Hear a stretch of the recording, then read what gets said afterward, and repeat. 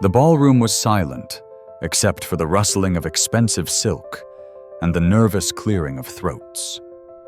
300 pairs of eyes watched as Alana Mitchell walked slowly toward the grand piano at the center of the stage, her 7-month pregnant belly clearly visible beneath the simple black dress she wore. Her hands trembled slightly as she adjusted the bench, the same hands that had once been promised the world, the same hands that had been abandoned when they needed support the most. Across the room, standing at the altar in a $10,000 tuxedo, Grant Sullivan couldn't bring himself to look at her. His jaw was clenched, his breathing shallow. Next to him, his bride-to-be, Isabel Thornton, stood in a dress that cost more than most people's cars, her perfect smile faltering slightly as she watched the pregnant woman settle onto the piano bench. Isabel leaned toward Grant and whispered something sharp, but he didn't respond. He couldn't, because somewhere deep in his chest, beneath all the expensive cologne and the carefully constructed persona of success, there was a heart that knew exactly what it had done. Alana placed her fingers on the keys. The cool ivory felt familiar, comforting, even like coming home after a long and terrible journey. She closed her eyes for just a moment, feeling the weight of everything that had brought her to this moment. The love, the betrayal, the impossible choices, the lonely nights, the baby growing inside her, who deserved so much more than what life had given them so far. And then she began to play. But before we understand what happened in that ballroom, before we can fully grasp the magnitude of what Alana Mitchell was about to do, we need to go back to where it all started. Back to a different kind of music, a different kind of promise, and a love that seemed like it would last forever. 4 years earlier, Boston was experiencing one of those perfect autumn evenings where the air smells like fallen leaves and possibility. The Boston Symphony Hall stood magnificent against the darkening sky, its columns and arches illuminated like something out of a dream. Inside, the dress rehearsal for the fall season's opening concert was coming to an end, and most of the musicians had already packed up and left. But in the practice rooms on the second floor, one piano still sang. Alana Mitchell, 24 years old and completely unknown to the world, sat at an old upright piano, her fingers dancing across keys that had seen better days. She was playing Rachmaninoff's Piano Concerto No. 2, one of the most technically demanding pieces in the classical repertoire, and she was playing it from memory with a passion that would have brought tears to the composer's eyes. She didn't notice the man standing in the doorway. She never noticed much of anything when she was playing. Music had always been her escape, her language, her truth. Growing up in Roxbury, the daughter of a single mother who worked 2 jobs just to keep the lights on, Alana had discovered the piano at age 7 in the community center. While other kids were outside playing, she would sneak into that dusty room and teach herself to play on an instrument that was missing several keys. By the time she was 12, she had won every local competition there was to win. By 16, she had earned a full scholarship to the New England Conservatory. By 24, she was substitute pianist for the Boston Symphony, filling in when needed, always brilliant, always broke, always dreaming of the day when she would finally have her moment in the spotlight.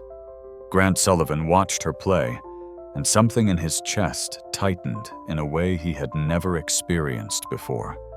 He had come to Symphony Hall that evening for a meeting with the board of directors.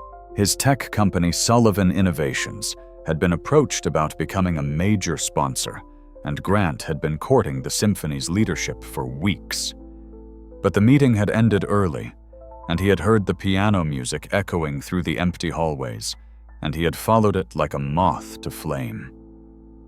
He was 31 years old, a self-made millionaire, and he had dated models, actresses, and daughters of senators. He had never believed in love at first sight. He had always thought that kind of thing was for people who didn't understand that success in life, like success in business, was about strategy, timing, and smart investments. But watching Alana play, seeing the way her whole body moved with the music, the way her face transformed from concentrated intensity to pure joy as she hit the final triumphant chord, Grant Sullivan realized he had been wrong about everything. When she finished, there was a moment of perfect silence. Then Grant began to clap. Alana's eyes flew open and she spun around on the bench, her hand flying to her chest in surprise. For a second, they just looked at each other. Him in his $3,000 suit, her in thrift store jeans and a sweater with a hole in the elbow. Him standing in the doorway like he owned the building, her sitting at a piano she couldn't afford to buy. "I'm sorry," Grant said, and his voice was gentler than she expected. "I didn't mean to startle you. I heard you playing, and I had to see who was making that sound." Alana stood up quickly, suddenly aware of how she must look. Aware that this was Symphony Hall, and she was technically not supposed to be here after hours. "I was just leaving," she said. "I didn't think anyone was still here." "Don't leave," Grant said, taking a step into the room. "Please. I've been to 100 concerts in my life, and I've never heard anyone play like that." "What's your name, Alana?" she said quietly. "Alana Mitchell." "I'm Grant. Grant Sullivan." He held out his hand, and when she shook it, he noticed how small her hand was in his, how there was a callus on her index finger from hours of practice, how her nails were unpainted and cut short for playing. "Do you perform with the symphony?" "Sometimes," Alana said, "when they need someone to fill in. I'm not a permanent member yet." "Yet," Grant repeated, smiling. "I like your confidence." "It's not confidence," Alana said, and there was something fierce in her eyes. "It's certainty. I'm going to be one of the greatest pianists of my generation, not because I deserve it or because I hope for it, because I will work harder than everyone else until there's no other possible outcome." Grant stared at her, completely captivated. Most of the people he knew talked about their dreams like wishes they hoped might come true. Alana talked about hers like battles she was already winning. "Have you had dinner?" he asked suddenly. Alana blinked. "What?" "Dinner," Grant said again. "Have you eaten? Because I know this amazing Italian place in the North End, and I would really love to hear more about your plans to become one of the greatest pianists of your generation." Alana should have said no. She knew that. This man was clearly wealthy, clearly from a completely different world than hers. This kind of thing never worked out. But there was something in his eyes, something genuine and interested and kind, and she was tired and hungry and so tired of being alone. "Okay," she said, "but I'm not changing clothes. This is what you get." Grant laughed a real laugh that reached his eyes. "This is exactly what I want." They went to that Italian restaurant, and they talked for 4 hours. Alana told him about growing up in Roxbury, about her mother who had passed away 2 years ago, without ever seeing her daughter perform at Symphony Hall, about the scholarship she had turned down to study in Vienna, because she couldn't afford the plane ticket. Grant told her about building his company from nothing, about the pressure he felt to constantly prove himself, about how success had brought him everything, except the one thing he actually wanted, which was to feel something real. When he drove her home that night in his Tesla to her tiny studio apartment in Alston, he didn't try to kiss her. He just asked if he could see her again. Why, Alana asked, genuinely confused. "We live in completely different worlds," maybe Grant said. "Or maybe we're exactly what each other needs." She gave him her number, and when she went inside and closed the door, she leaned against it and allowed herself to smile for the first time in months. The next 3 years were the happiest of Alana Mitchell's life. Grant pursued her with a single-minded determination that was both flattering and overwhelming. He showed up at her performances, learned to appreciate classical music, and spent hours listening to her practice. He was there when she finally got her permanent position with the symphony. He was there when she performed her first solo concert. He was there during the late nights when she doubted herself, when the pressure felt too great, when she wondered if she would ever be good enough. And Alana, who had built walls around her heart so high that she thought no one could ever scale them, found those walls crumbling piece by piece. She fell in love with Grant Sullivan not because of his money or his success, but because of the way he looked at her when she played like she was performing miracles with her hands. She fell in love with him because he remembered small things like how she took her coffee and that she hated cilantro. She fell in love with him because when she talked about her dreams, he never once told her to be realistic. But love, as anyone who has truly experienced it knows, is never simple, especially when it crosses the invisible lines that society has drawn between people. Grant's family was old money Boston, the kind of family whose name appeared on hospital wings and university buildings. His father had been a venture capitalist, his mother was on the board of half the cultural institutions in the city, and his younger sister had married into a political dynasty.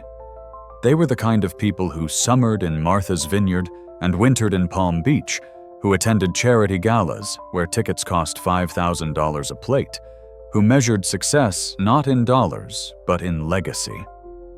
And they did not approve of Alana Mitchell. It wasn't said outright, of course. People like the Sullivans never said things outright. But Alana felt it in the way Grant's mother looked at her, in the way conversations would pause when she entered a room, in the subtle questions about where she went to school, where her family was from, what her father did for a living.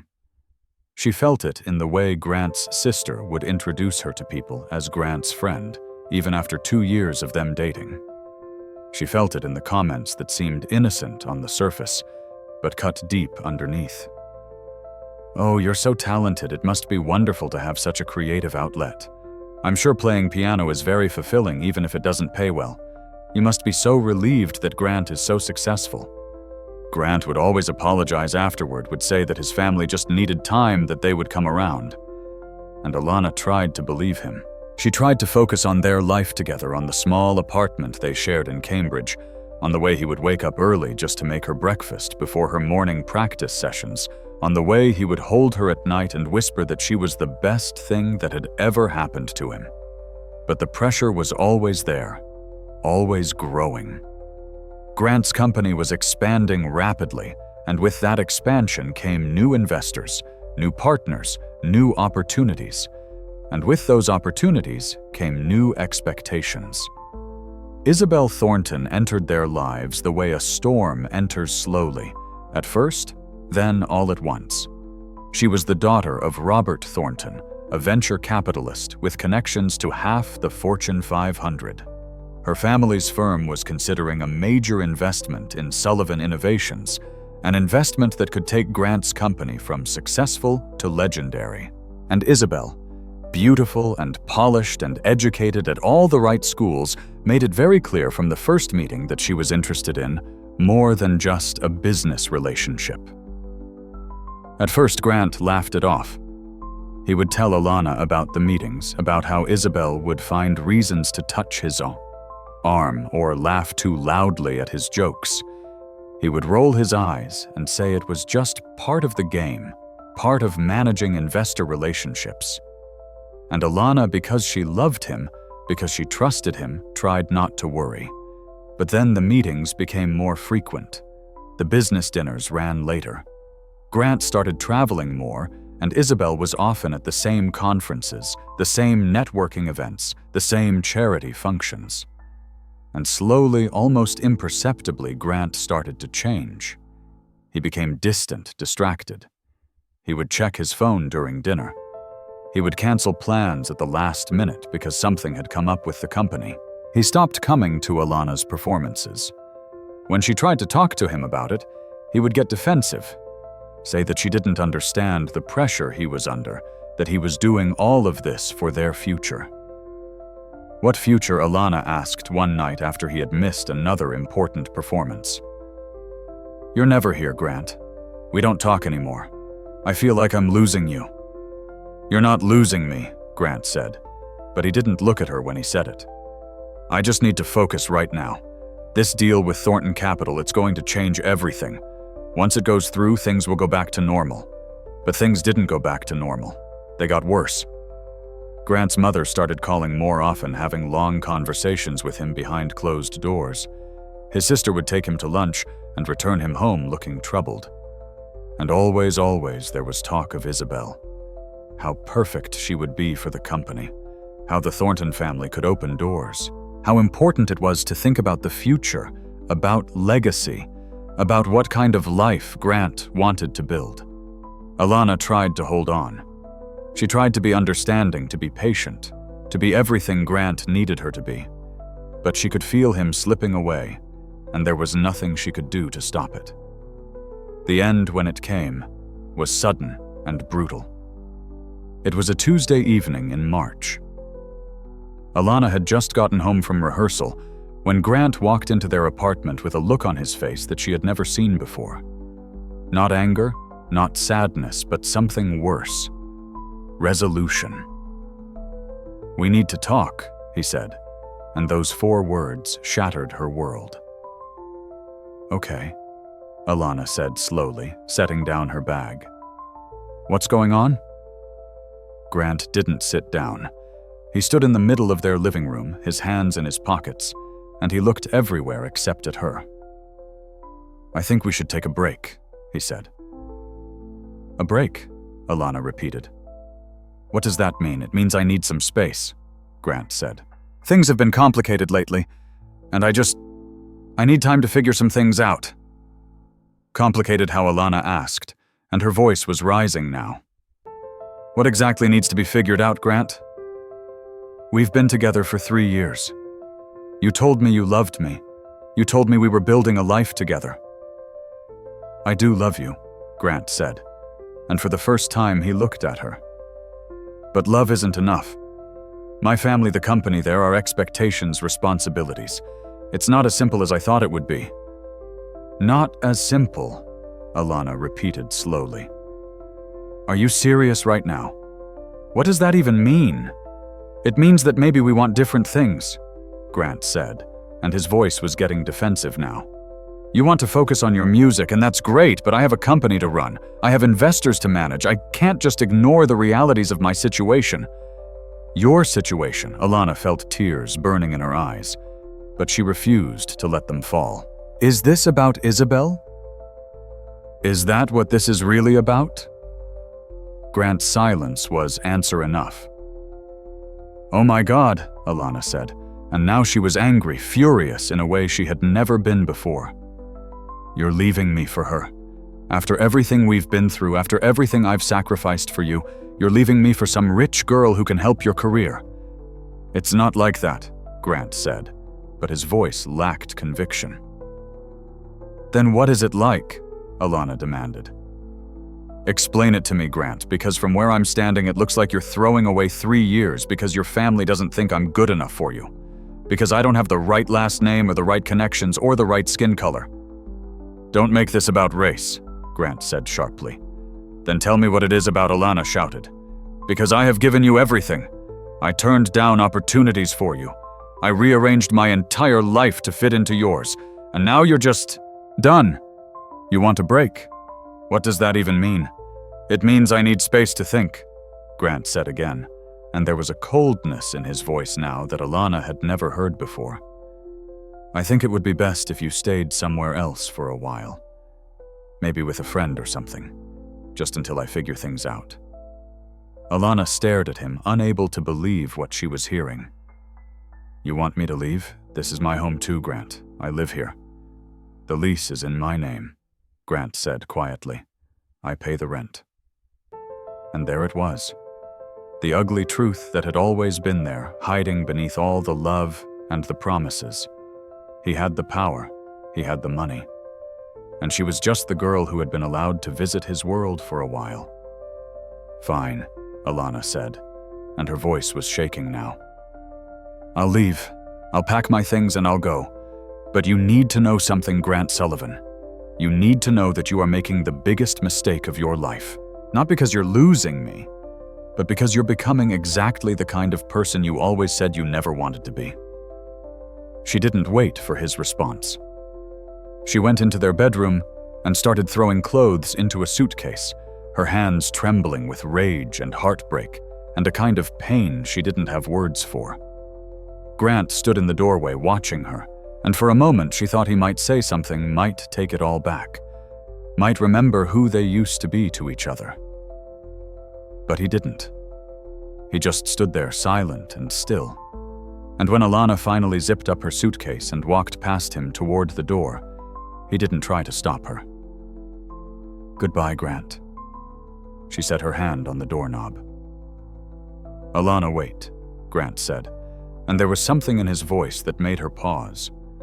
For one brief, hopeful moment, she thought maybe this wasn't really happening. Maybe he was going to tell her he had made a mistake. Maybe he was going to say he couldn't let her go. But all he said was, "I'll have the rest of your things sent to wherever you're staying." Alana walked out of that apartment and didn't look back. She stayed with a friend from the symphony for a week, crying into her pillow at night and trying to maintain her composure during the day.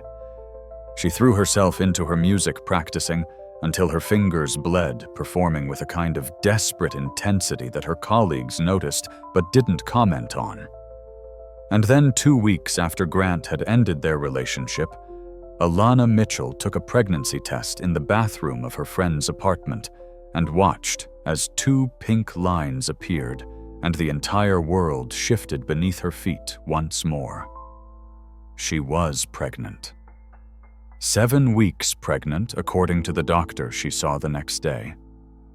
7 weeks pregnant with Grant Sullivan's baby. And he didn't want her anymore. For 3 days, Alana didn't tell anyone. She went to rehearsals, she performed her parts, and she tried to figure out what to do. Part of her wanted to tell Grant immediately. He deserved to know. Maybe the news would change things. Maybe it would make him remember what they had meant to each other. But every time she picked up her phone to call him, she remembered the coldness in his voice, the way he had asked her to leave, the way he had chosen his family's approval over their relationship. And she knew with a certainty that ached in her bones that telling him would change nothing except make her more vulnerable than she already was. Still, she had to try. Because even though he had broken her heart, even though he had chosen ambition over love, he had a right to know that he was going to be a father. She called him on a Wednesday afternoon. He didn't answer. She called again an hour later. Voicemail. She sent a text. "We need to talk. It's important." He responded 3 hours later with a single word, "busy." She tried for a week. Calls, texts, emails. Each one more desperate than the last. "Grant, please. I really need to speak with you. This can't wait. Please just give me 5 minutes." Finally, she went to his office. She took a train into the financial district, walked into the gleaming tower that housed Sullivan Innovations, and asked the receptionist if she could see Grant Sullivan. "Do you have an appointment?" the receptionist asked, looking at Alana with barely concealed disdain. "No, but I know him personally. It's urgent." The receptionist made a call, spoke quietly into the phone, and then looked back at Alana with an expression that was half pity, half satisfaction. "Mr. Sullivan says he's in meetings all day. If you'd like to leave a message, I can pass it along." "I need to see him in person," Alana insisted. "Please, it will only take a minute." The receptionist's expression hardened. "Mr. Sullivan has asked that you not come to his office again. If you continue to insist, I'll have to call security." Alana felt something break inside her chest. Not her heart that had already been shattered, Something else. Her pride, maybe. Or her last remaining illusion that Grant Sullivan was capable of basic human decency. She left the building and didn't try to contact him again.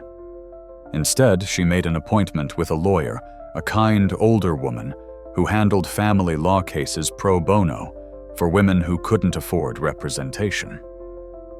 The lawyer listened to Alana's story, took detailed notes, and then gave her the hard truth. "You can file for child support once the baby is born," the lawyer said gently. "But that process can take months, sometimes years, if he contests it. And even if you win, getting him to actually pay can be another battle entirely." "What if I just tell him Alana asked? What if I explain the situation, make him understand?" The lawyer looked at her with sympathy.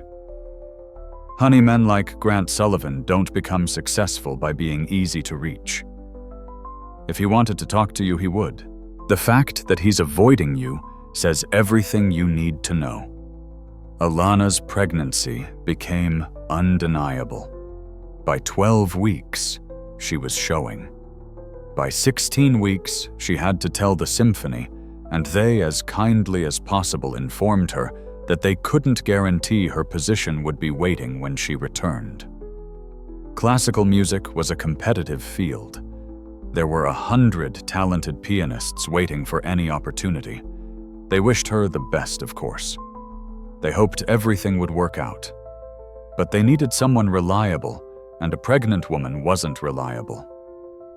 Alana lost her job. She lost her health insurance. She lost her apartment because she couldn't afford the rent on her savings alone. She moved into a studio in Dorchester, one of the cheaper neighborhoods in Boston, in a building where the heat didn't work properly and the windows didn't quite close all the way. She got a job at a coffee shop, working the morning shift, making lattes for people who didn't even look at her face. She sold her jewelry, her nice clothes, everything except her piano, an old upright that had belonged to her mother, the one thing she refused to part with no matter how desperate things got. At night, after working 8-hour shifts on swollen feet, she would sit at that piano and play. Sometimes she cried while she played. Sometimes she was too tired to cry. But she always played because music was the only thing she had left that still felt like hers. She thought about reaching out to Grant's family, about showing up at one of their charity events and making a scene. She thought about going to the press, about selling her story to some tabloid that would pay her enough to survive for a few months. She thought about a lot of things during those long, dark months of her pregnancy. But every time she considered it, she would feel her baby move inside her, would place her hand on her growing belly, and feel the tiny kicks and flutters, and she would remember her mother. Her mother who had worked 2 jobs and never complained. Her mother who had been abandoned by Alana's father, but had never spoken badly about him. Her mother who had taught her that dignity mattered more than revenge, that how you conducted yourself in the worst moments defined who you really were. So Alana stayed quiet. She worked her shifts at the coffee shop. She went to her prenatal appointments alone. She bought baby clothes from thrift stores and set up a nursery in the corner of her tiny studio apartment. And she told herself that somehow, some way, she would be okay. She was 32 weeks pregnant, tired and swollen, and counting down the weeks until she would meet her daughter when the envelope arrived. It was thick, expensive, the kind of paper that rich people used. Her name and address were written in elegant calligraphy on the front. Alana opened it with shaking hands, and what she found inside made her stomach drop. It was a wedding invitation. Grant Sullivan and Isabel Thornton were getting married. 6 weeks from now, at the Fairmont Copley Plaza, one of the most exclusive venues in Boston. Reception to follow. Black tie required. Alana stared at the invitation for a long time, feeling nauseous and dizzy and furious. He was getting married. while she was 7 months pregnant with his child living in poverty, working herself to exhaustion just to survive. Grant Sullivan was planning a wedding to the woman he had left her for, but there was something else in the envelope. A smaller card written in handwriting she recognized as Grant's. Alana, I know this is unconventional, but I would like to hire you to perform at my wedding. Piano music during the reception. I'm prepared to pay you $50,000 for 2 hours of performance. Please consider it. The money could help you get back on your feet. My assistant will reach out with details if you're interested. Grant. Alana read the note 3 times, each time feeling like she had been punched in the chest. He wanted her to play piano at his wedding.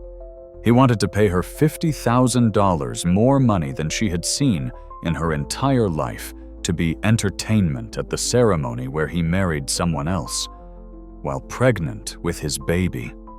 It was cruel. It was insulting. It was humiliating beyond words.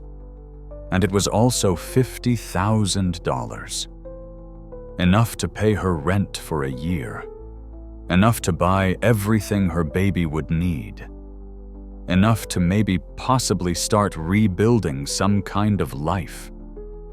Alana spent 3 days crying, raging, pacing her tiny apartment, trying to decide what to do. Her friend from the symphony, the one who had let her stay during those first terrible days after the breakup, told her she was crazy to even consider it. He's trying to humiliate you, her friend said. He wants to show everyone that you were never really his equal, that you're just some musician he can hire to play at his wedding while he marries someone from his own social class. Don't give him the satisfaction.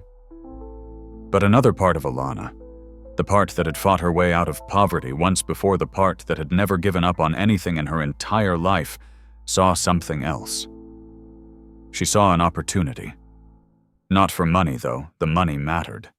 Not for closure, though she desperately needed that too. She saw a stage, an audience, a moment when everyone would be listening. And she realized that if she played this right, she could take Grant Sullivan's attempt to humiliate her and turn it into something else entirely. She could tell her truth. She could expose what he had done. She could make sure that everyone in that room, everyone who mattered in his carefully constructed world, knew exactly what kind of man he really was. It was risky. It could backfire spectacularly. But Alana Mitchell had spent 8 months being invisible, being silent, being the woman who had been discarded and forgotten. And she was done being silent. She called the number on Grant's card and told his assistant she would perform at the wedding. She negotiated the terms $50,000, half up front, half after the performance.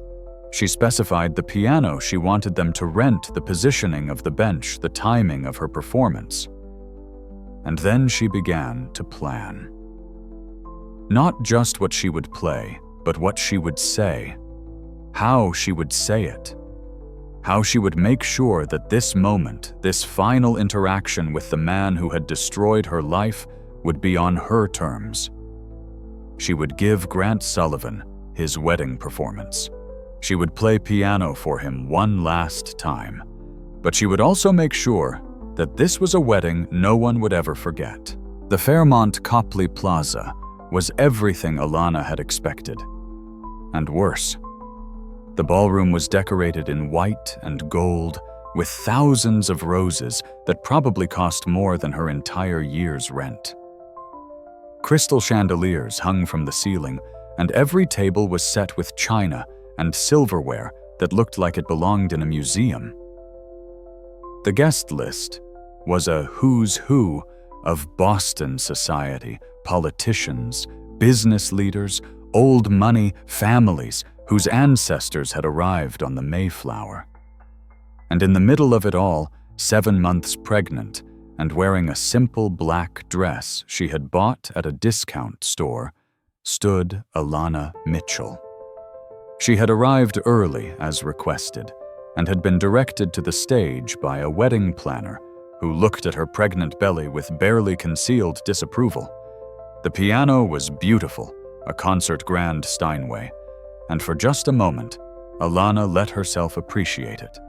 This would probably be the last time she played an instrument this fine for a very long time. The guests began to arrive. Alana watched from the stage as they filed in, air-kissing and exchanging pleasantries, everyone dressed in designer gowns and expensive tuxedos. She recognized some faces from the society pages, others from the business news. They were Grant's people, his world, and she had never belonged here. She saw Grant's mother arrive wearing a dress that probably cost more than Alana made in a year.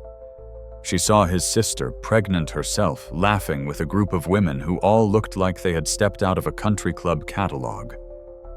She saw the Thorntons' Isabel's family greeting guests with the confidence of people who had never doubted their place in the world.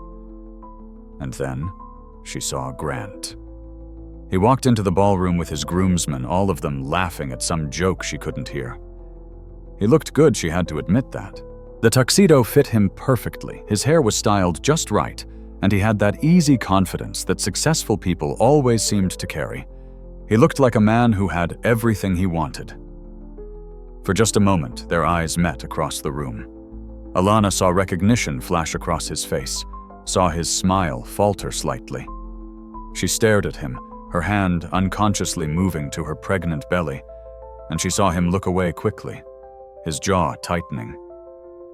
Good, she thought. Let him be uncomfortable. Let him remember what he's done. The ceremony was beautiful, of course. Isabel entered in a dress that probably cost more than a car, and everyone stood and sighed at the sight of her. The vows were traditional, the kind that promised forever without really meaning anything.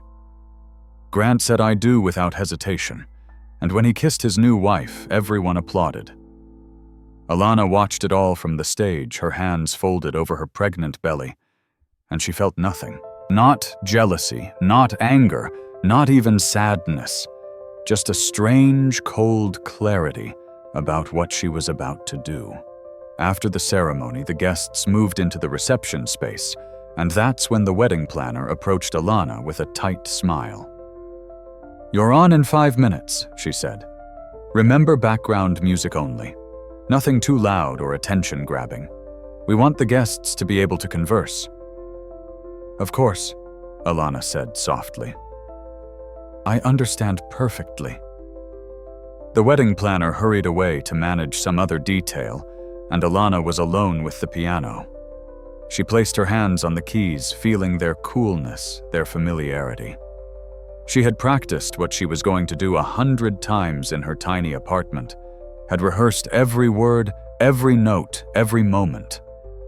But now that she was here, now that it was actually happening, she felt a momentary flutter of doubt.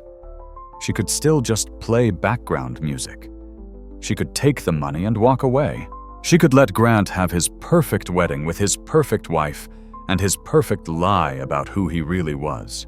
But then she felt her daughter kick inside her belly, strong and insistent, and she remembered why she was here. Not for revenge, although that was part of it. Not for money, although she needed that desperately. She was here because her daughter deserved a mother who stood up for herself. Because silence in the face of injustice was complicity. Because sometimes the only way to heal was to tell the truth, no matter how much it cost. Alana began to play. At first it was soft, gentle, the kind of background music that wouldn't interrupt conversations.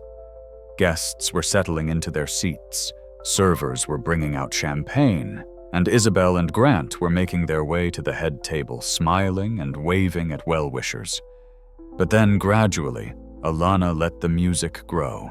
She was playing Claire de Lune Debussy's most famous piece, but she was playing it differently than it was usually performed.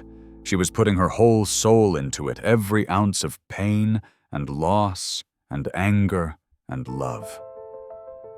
The music swelled and filled the ballroom, and slowly conversations began to die away as people turned to look at the stage. Grant looked up sharply, his expression suddenly wary. Isabel followed his gaze, her perfect smile faltering as she saw the pregnant woman at the piano playing with a passion that commanded attention. Alana let the piece build to its climax, and then instead of finishing it the traditional way, she shifted seamlessly into a different melody. It was the song she and Grant had danced to at the first charity gala they attended together, a jazz standard called "The Very Thought of You." She had played it for him once in his apartment late at night, and he had pulled her up from the piano bench and held her close and told her he loved her. She saw recognition dawn on his face, saw him stiffen in his chair, saw Isabel lean over and whisper something sharp to him. And then Alana began to speak. Her voice was soft at first, almost conversational, woven between the notes of the piano. Some of the guests probably thought it was part of the performance. But as she continued, as her words became clearer, more deliberate, the entire room fell silent.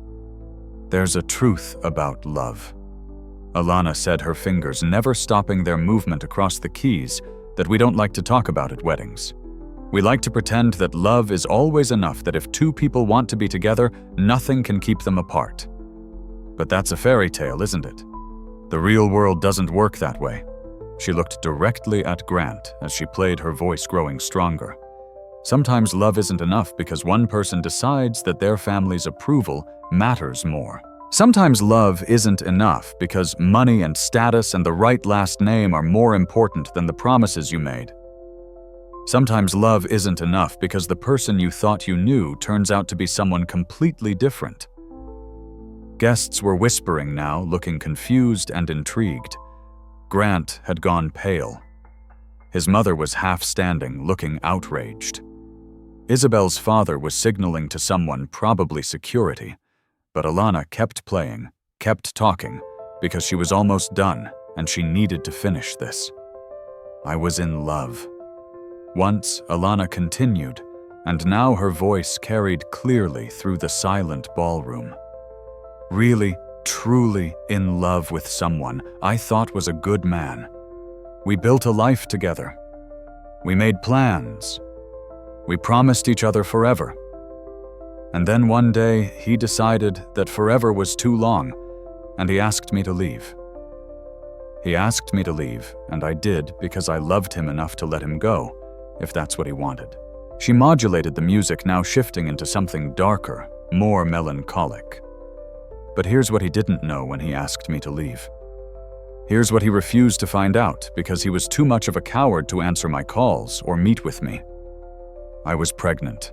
I am pregnant, as all of you can clearly see. 7 months pregnant with his child." The room erupted. Gasps, shocked exclamations, the scraping of chairs as people turned to look at Grant. Isabel stood up so fast her chair fell backward. Grant's mother was shouting something, but Alana kept playing, kept talking, her voice cutting through the chaos. "I tried to tell him. I called, I texted, I went to his office. He wouldn't see me. He had his receptionist threaten me with security, because it was easier to pretend I didn't exist than to face what he had done. It was easier to move on with his new relationship, his new life, his new fairy tale, than to take responsibility for the child he had created." Alana's hands flew across the keys now, the music building to something powerful and fierce. "So when he invited me here, when he offered me $50,000 to play piano at his wedding, I said yes. Not because I need the money, although God knows I do. Not because I wanted to see him happy with someone else, because I don't. I said yes, because I wanted everyone in this room, everyone who matters in his carefully constructed world, to know the truth. To know that Grant Sullivan is the kind of man who abandons the woman carrying his child, who values his reputation more than his responsibilities, who is perfectly willing to let his own flesh and blood grow up in poverty while he celebrates in rooms like this." She brought the music to a thundering crescendo, standing now, her pregnant belly visible to everyone, her voice ringing out, clear and strong. "So congratulations on your wedding, Grant. I hope it's everything you wanted. I hope every time you look at your beautiful wife, you remember the woman you threw away. I hope every time someone congratulates you, you think about the child you'll never know.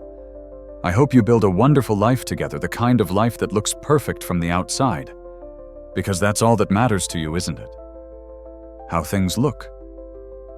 Alana played one final defiant chord and then stepped back from the piano. The silence in the room was absolute. 300 people stared at her, then at Grant, then back at her. Grant had risen from his chair, his face a mask of shock and fury. "This is insane," he said, his voice shaking. "You can't just come here and—" "Can't what?" Alana interrupted, and there was steel in her voice now. "Can't tell the truth. Can't expose you for what you really are.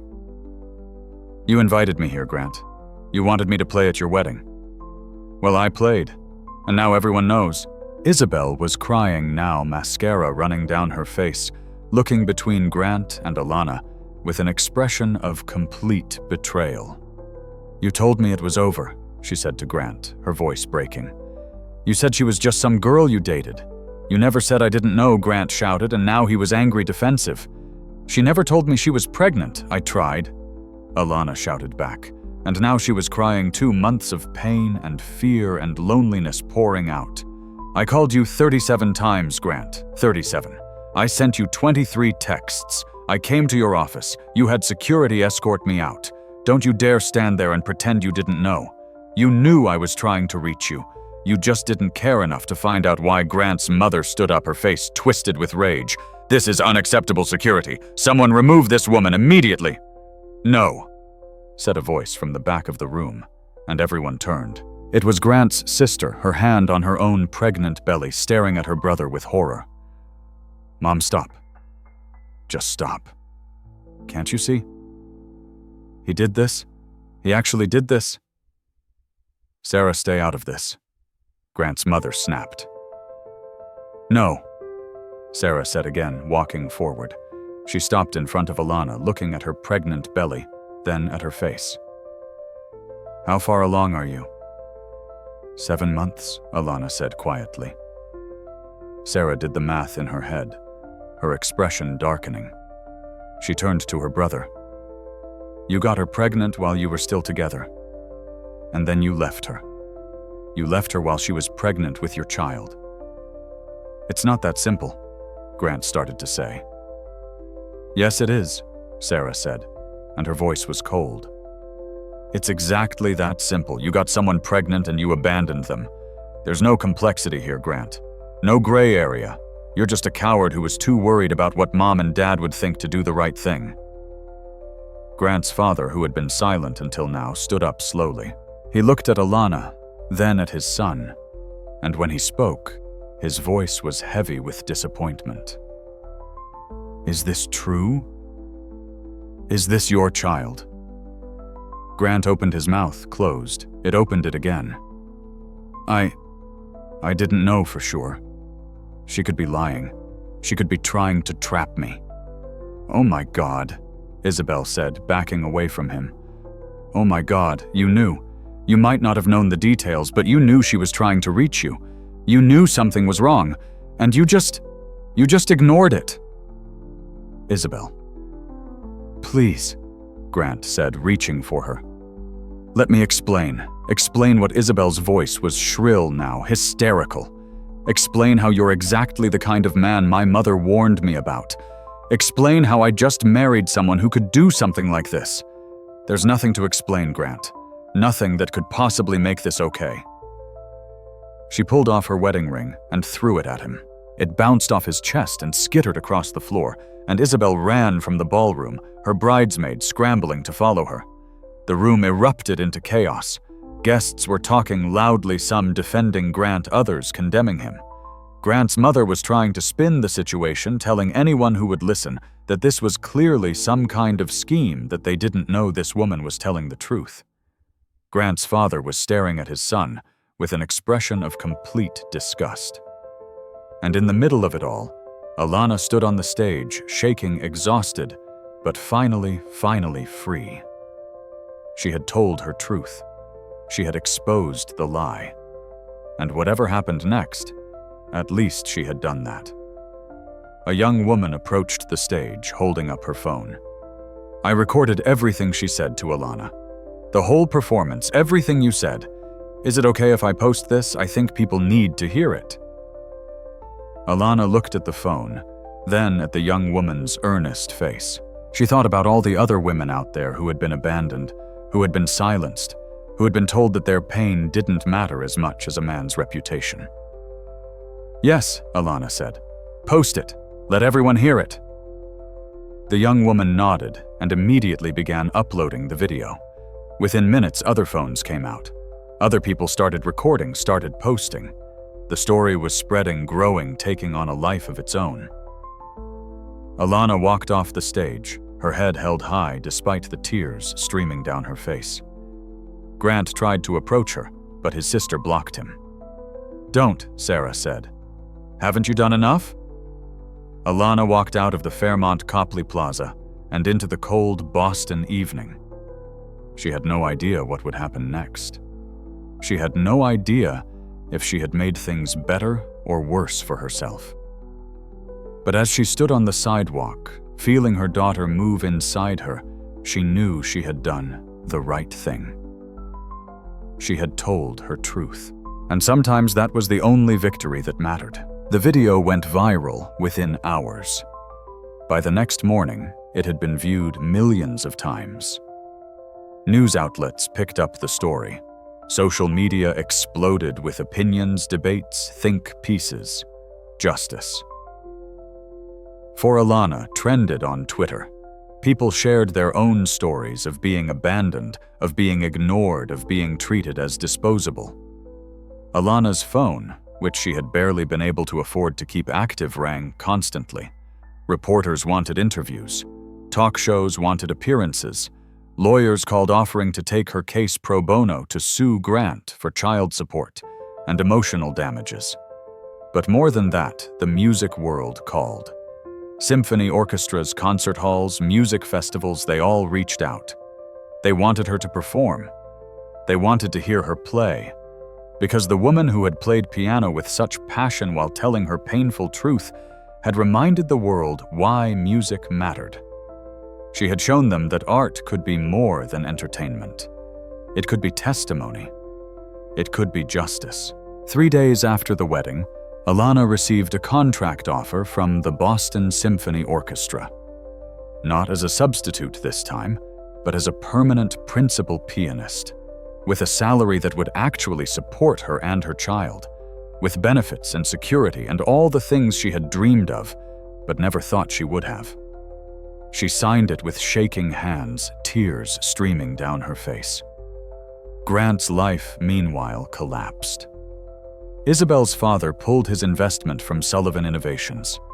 Several other investors followed, concerned about the optics of being associated with someone who had become the face of irresponsible fatherhood. The board of directors asked for Grant's resignation, citing concerns about his judgment and character. His family, so concerned with reputation and image, found themselves at the center of a scandal they couldn't spin away. Grant's mother tried to give interviews defending her son, but every word she said only made things worse. His sister refused to speak to him. His father, disappointed and embarrassed, told Grant he needed to take responsibility for what he had done. Grant tried to reach out to Alana, leaving voicemails that she didn't listen to, sending emails that she deleted unread. His lawyer contacted her lawyer, trying to negotiate terms, trying to find a way to make this go away quietly. But Alana's lawyer, a fierce woman named Patricia Chen, who had taken the case pro bono specifically because of how much the video had affected her, was having none of it. My client wants full child support, Patricia told Grant's lawyer. Retroactive to when she first tried to contact your client about the pregnancy. She also wants a formal acknowledgement of paternity, an apology, and a guarantee that you will not attempt to claim parental rights unless you are prepared to be an actual present and supportive father. Grant, through his lawyer, agreed to everything. What choice did he have? The whole world was watching.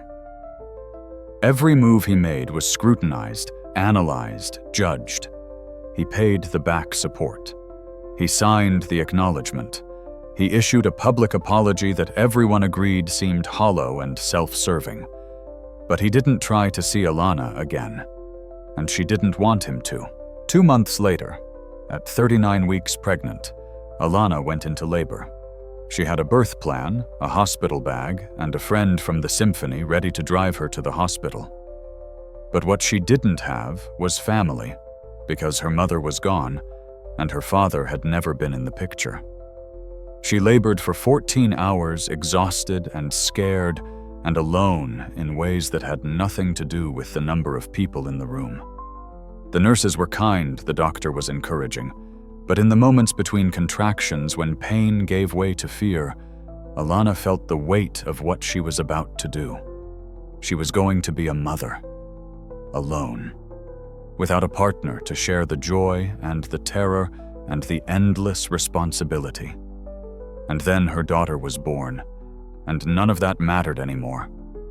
They placed the baby on Alana's chest, this tiny, perfect human who had somehow grown inside her, and Alana looked down at her daughter's face and fell in love in a way she had never imagined possible.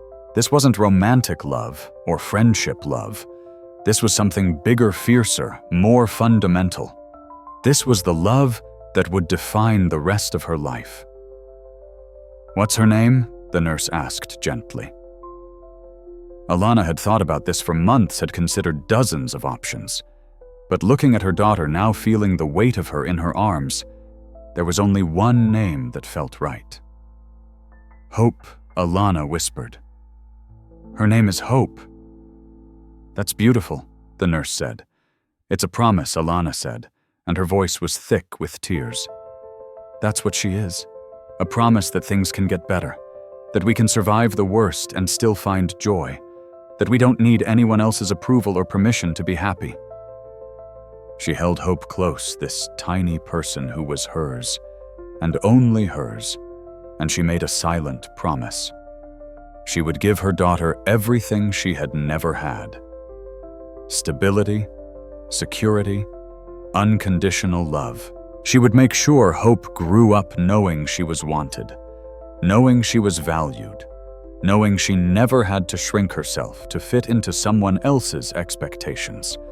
And she would teach her to play piano when she was ready, would teach her that music was more than notes on a page, more than performance or competition. Music was truth. Music was voice. Music was the way you told your story when words weren't enough. 6 months after Hope was born, Alana performed her first major solo concert with the Boston Symphony Orchestra. The hall was sold out, every seat filled with people who had followed her story, who had been moved by her courage, who wanted to support her and her daughter. Backstage, Alana stood in a dressing room that was bigger than her first apartment, had been wearing a gown that had been donated by a designer who had been inspired by her story.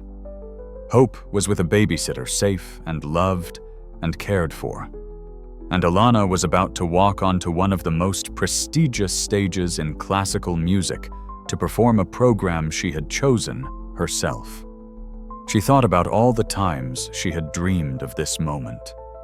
Back when she was a child in that community center teaching herself on a broken piano. When she was a student practicing until her fingers bled. When she was young and in love and thought she had found someone who would support her dreams forever. She thought about the night she had been asked to leave Grant's apartment, how she had felt like her whole life was ending. She thought about the lonely months of pregnancy, the fear and poverty and despair. And she thought about the moment she had walked onto the stage at Grant's wedding and decided to tell her truth no matter what it cost her. That decision had changed everything. Not because it had gone viral, though, that had helped. Not because it had brought her opportunities, though it had, but because it had freed her. It had shown her that she didn't need anyone else's permission to be powerful, that her voice mattered, that her story deserved to be told. There was a knock on the dressing room door. "Ms. Mitchell, 5 minutes to curtain."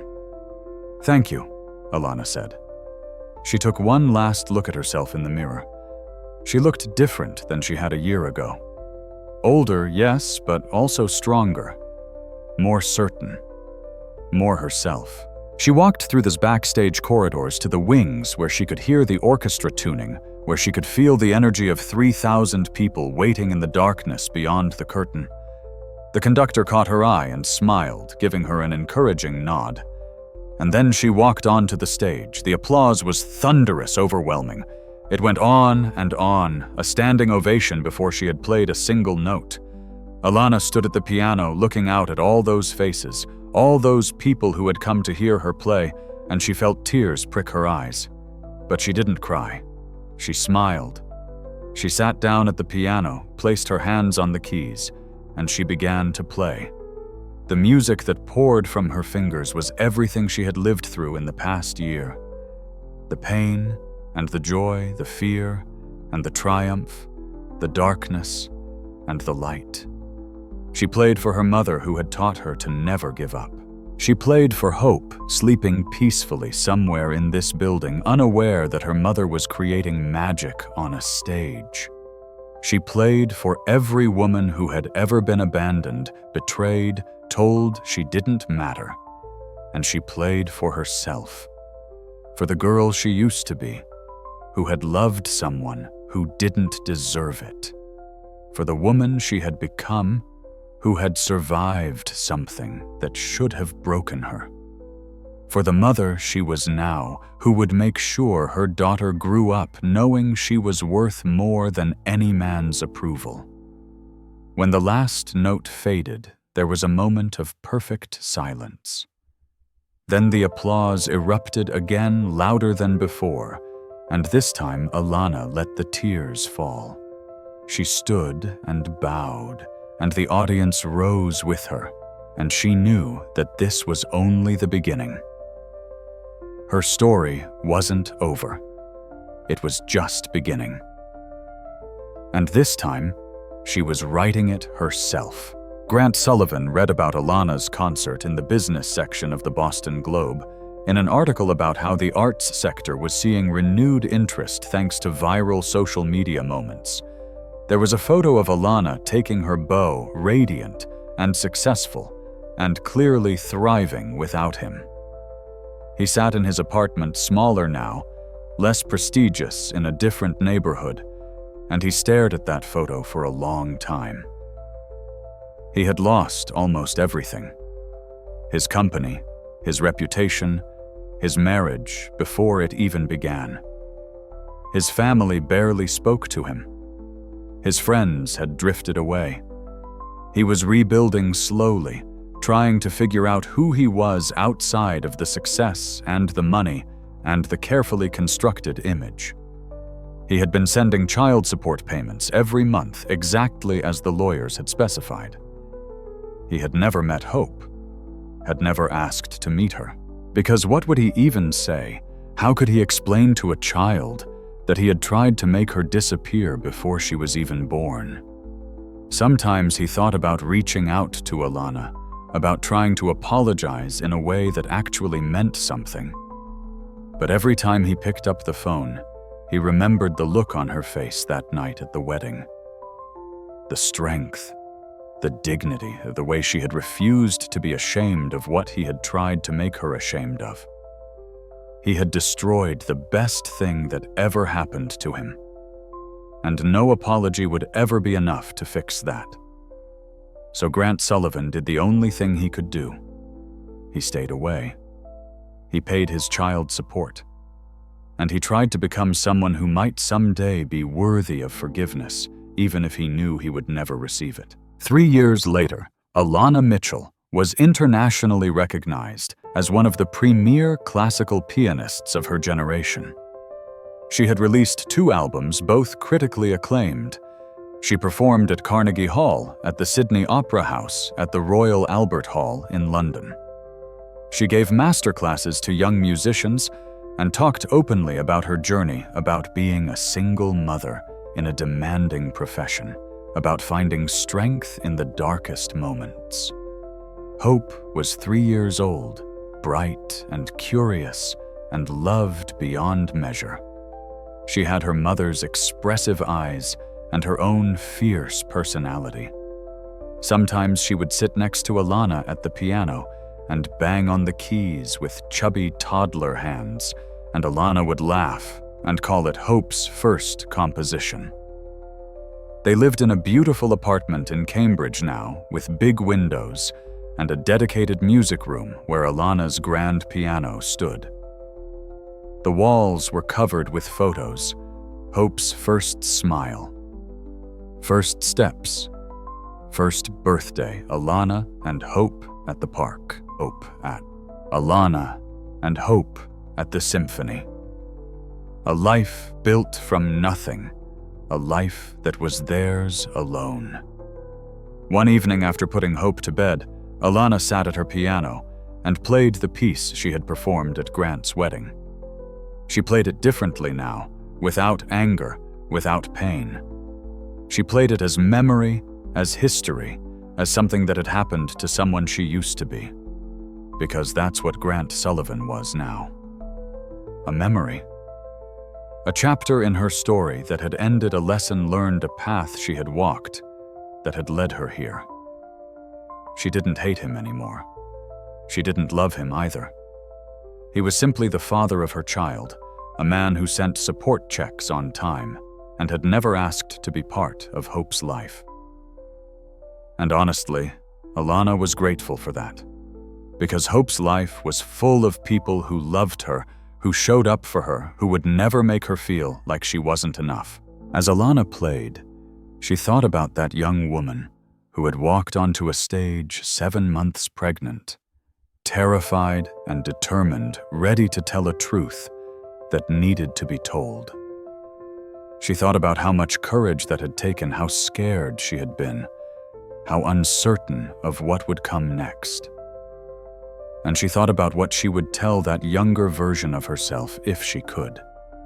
She would tell her that it would be okay, more than okay, that the pain would fade, but the strength would remain, that she would build a life more beautiful than any she had imagined, that her daughter would be the greatest joy she had ever known, that she would discover power she never knew she possessed. She would tell her that speaking truth, even when it costs you everything, is always worth it. Because silence might feel safer, but it only protects the people who hurt you.